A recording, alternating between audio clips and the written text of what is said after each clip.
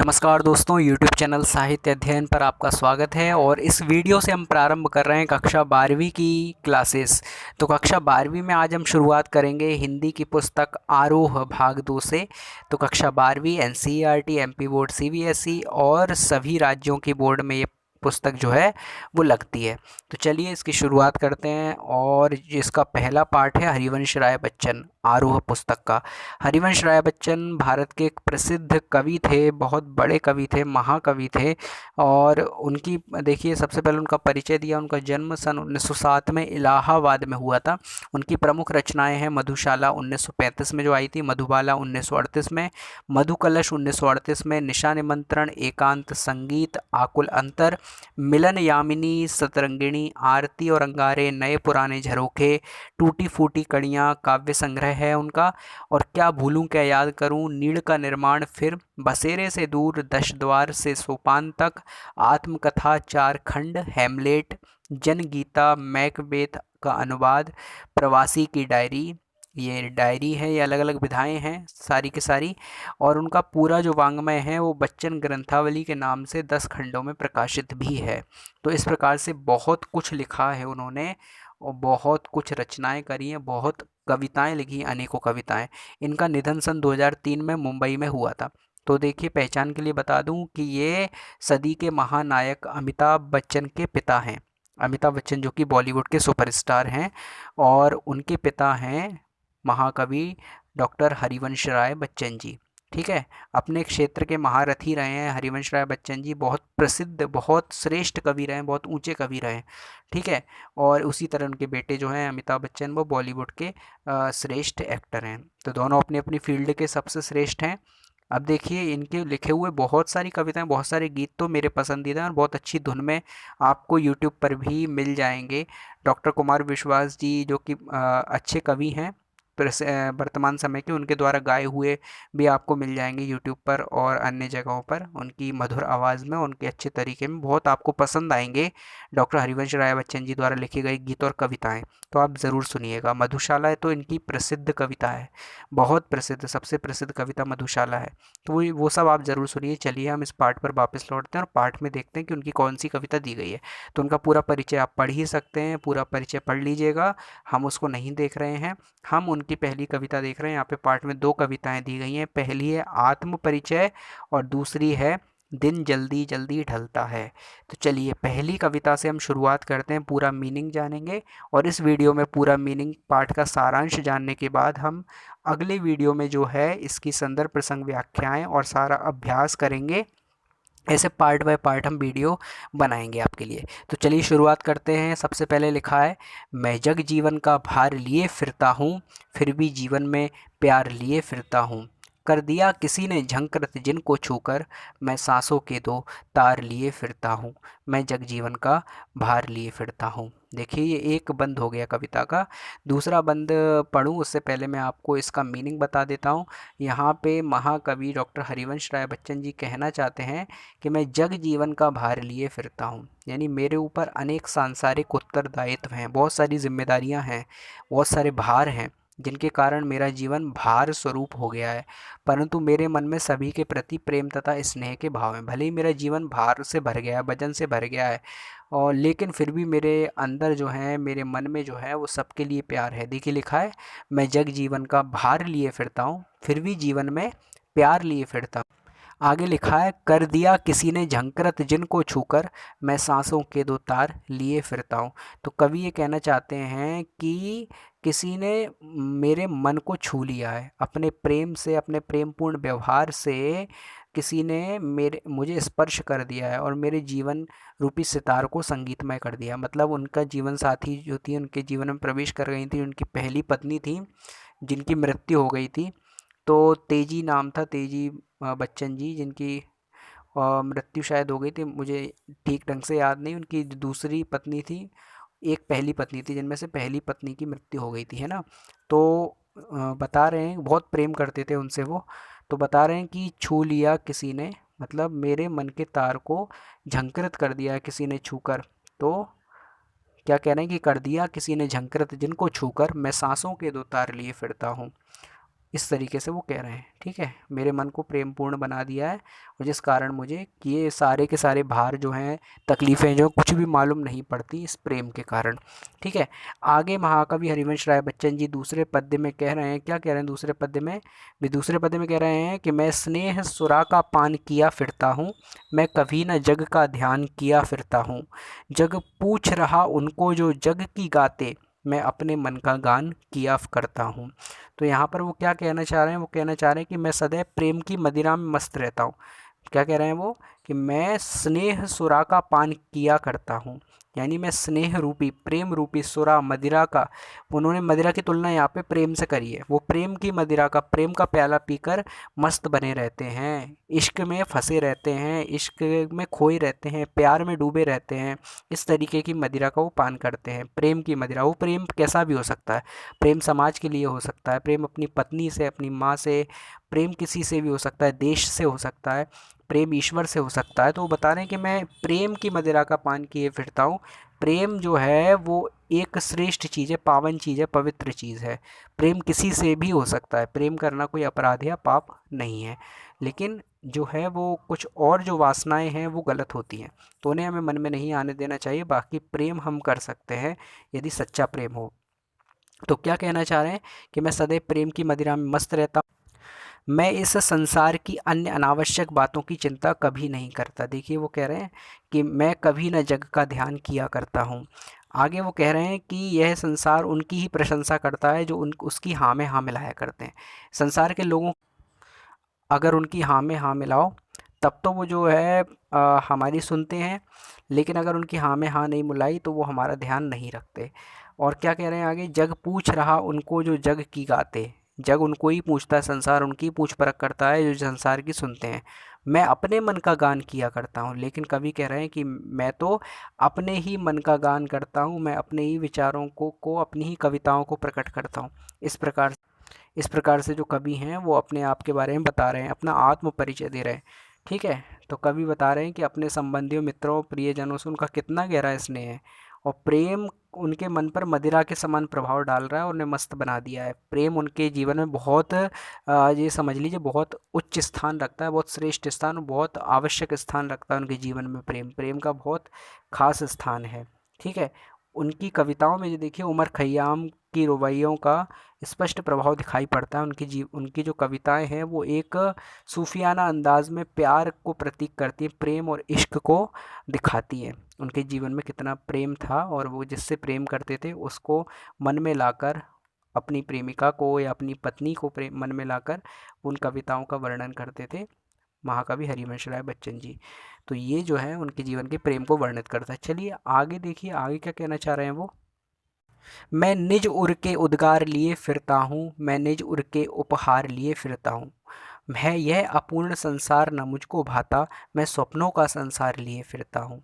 यहाँ पर कवि कहना चाह रहे हैं कि मैं निज उर के उद्गार लिए फिरता हूँ, अपने हृदय में आने वाले उद्गारों को, भावों को कविता के रूप में लिए फिरता हूँ, गीतों के रूप में लिए फिरता हूँ। मैं निज उर के उपहार लिए फिरता हूँ, मैं अपने हृदय के, उर यानी हृदय, मैं अपने हृदय के उपहारों को लेकर फिरता हूँ।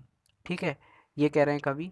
और क्या कहना चाह रहे हैं आगे, कि है यह अपूर्ण संसार न मुझको भाता, मुझको यह अपूर्ण यानी अधूरा संसार नहीं भाता। ये संसार जो है अपूर्ण है, पूरा नहीं है, अधूरा है, और ये मुझको नहीं भाता है।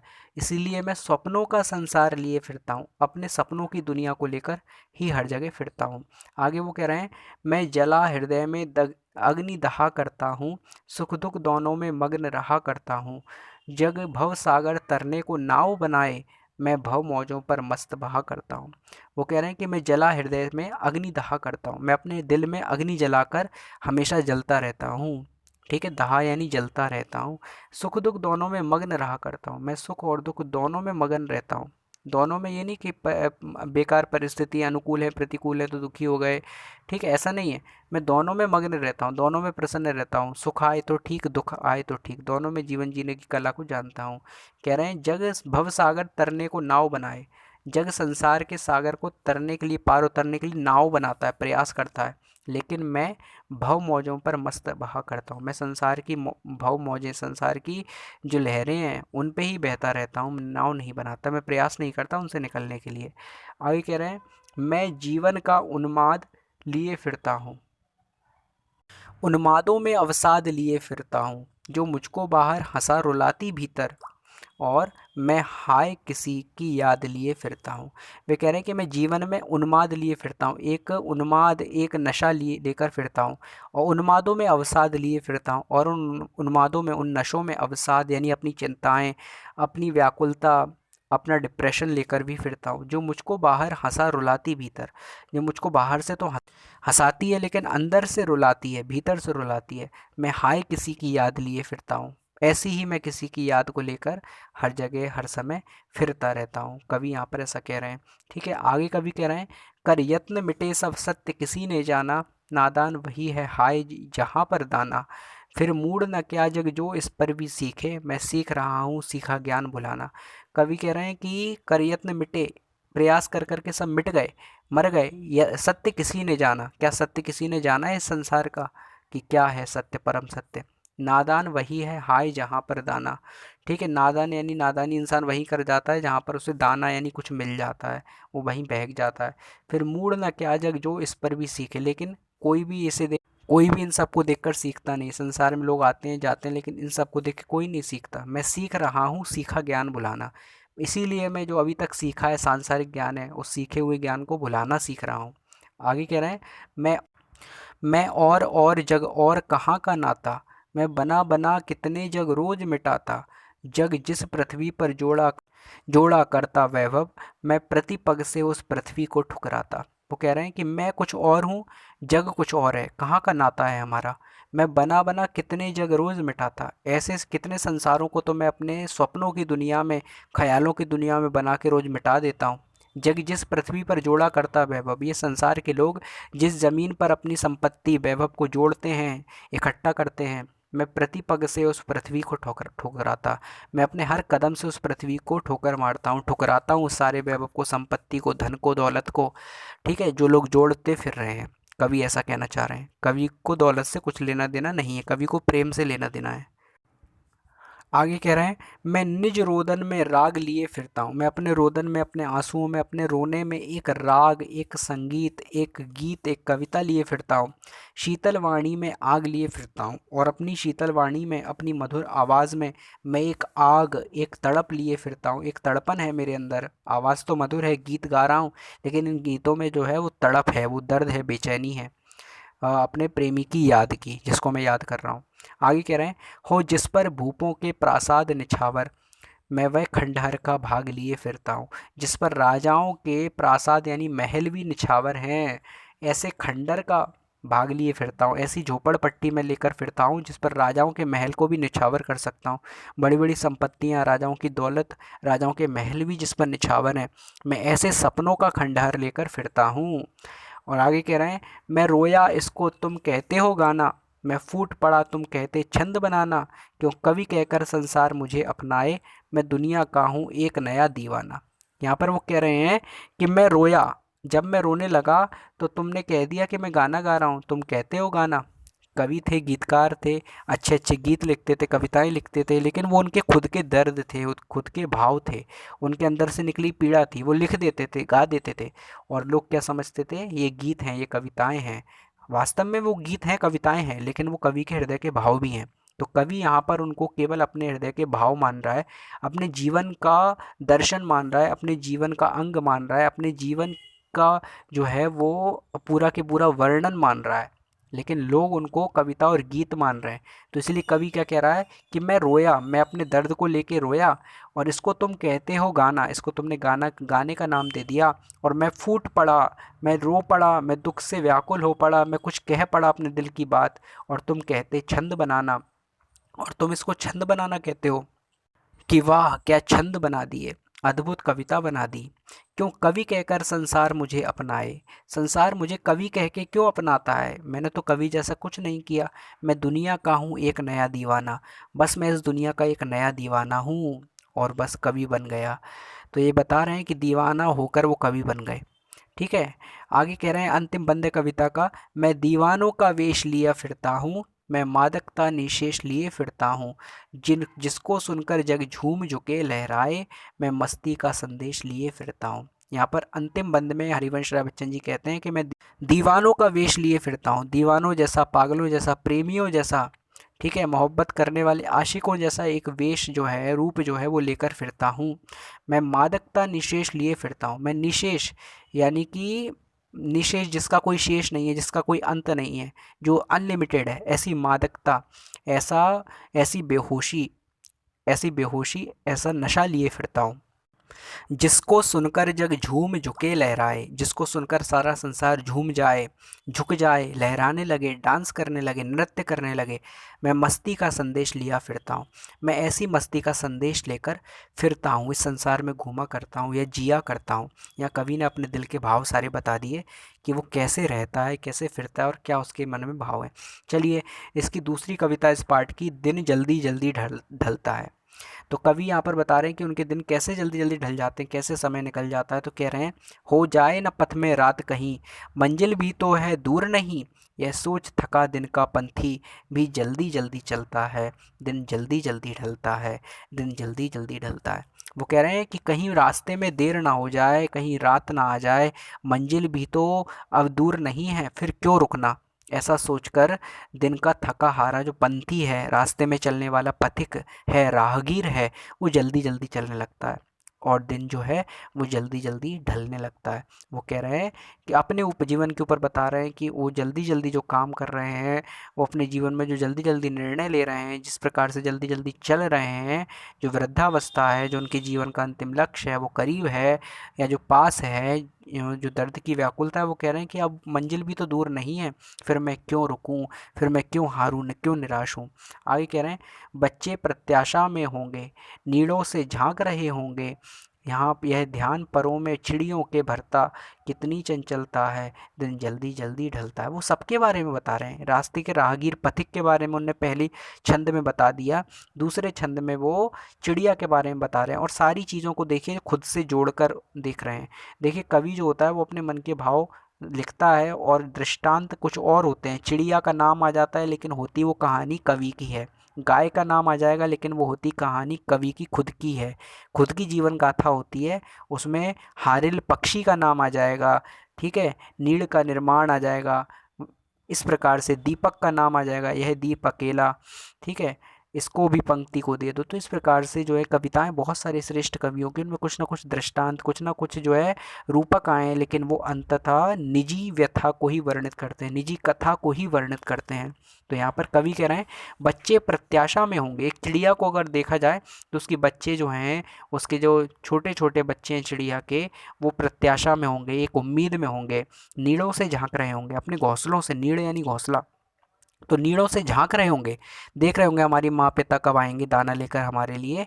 यह ध्यान परों में चिड़िया के भरता, कितनी चंचलता है। ये याद जो है, ये ध्यान है, वो चिड़िया के परों में, चिड़िया के पंखों में कितनी चंचलता भर देती है, कितनी स्पीड ला देती है। जब यही चीज़ इंसान सोचने लगे कि कोई उम्मीदों में घिरा है, मेरे मेरे मुझसे उम्मीद कर रहा है, तो वो जो है उसको छोड़ नहीं सकता, उस व्यक्ति को, उस व्यक्ति के पास जाने को आतुर हो जाता है, व्याकुल हो जाता है, ठीक है, और उसका साथ कभी नहीं छोड़ता, बड़े से बड़ा काम कर सकता है जिससे वो प्रेम करता है उसके लिए। जिस प्रकार से चिड़िया के पंखों में अपने आप जो है चंचलता आ जाती है, स्पीड आ जाती है। यदि कोई बिना खाए पिए भी है और अगर उसको प्रियजन का स्मरण हो आया, तो उसके अंदर कितनी जो है सक्रियता आ जाएगी, कितना उसका शरीर काम करने लगेगा उनकी याद करके, ठीक है। मुझसे मिलने को कौन विकल, मैं हूँ किसके हित चंचल, और यह प्रश्न शिथिल करता पद को भरता और में विवहलता है, दिन जल्दी जल्दी ढलता है। लेकिन कवि यहाँ पर दो दृष्टांत देने के बाद कह रहे हैं कि मुझसे मिलने को कौन विकल, लेकिन मुझसे मिलने के लिए कौन परेशान है। चिड़िया से मिलने के लिए चिड़िया के बच्चे परेशान हैं और मंजिल पे जाने के लिए पथिक परेशान है, ठीक है, लेकिन मुझसे मिलने को कौन परेशान है।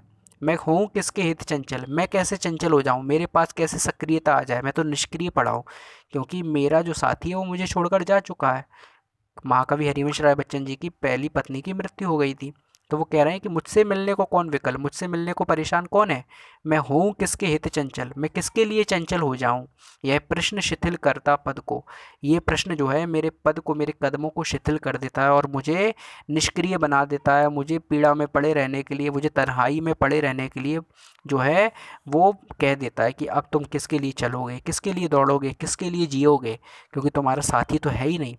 भरता उर में विफलता है। यह बात मेरे हृदय में बार बार विफलता, बार बार दुख को, बार बार दर्द को, पीड़ाओं को, बार बार तन्हाई को भर देती है और दिन जल्दी जल्दी ढलता है। इसी प्रकार से दिन जल्दी जल्दी ढलता जा रहा है, बीतता जा रहा है। ये कवि के हृदय के भाव हैं और इस प्रकार से दोनों कविताएं यहाँ पर पूरी हो जाती है। अगले जो है अगले पार्ट में, अगले वीडियो में हम इसका अभ्यास प्रश्नोत्तर देखेंगे और उसके अगले वीडियो में हम इस पूरे पार्ट के जो है संदर्भ प्रसंग व्याख्याएं देखेंगे जो कि आपके लिए इम्पोर्टेंट होंगी। तो इस प्रकार से ये पार्ट पूरा होता है, ये वीडियो पूरा होता है। आप इसको पूरा देखिए, समझिए और साथ ही साथ चैनल को सब्सक्राइब भी करिए। अन्य क्लासेस के जो है वीडियोस भी आपको इस चैनल पर मिल जाएंगे। हिंदी और संस्कृत के देखते रहिए साहित्य अध्ययन YouTube channel. Thank you so much, बहुत बहुत धन्यवाद।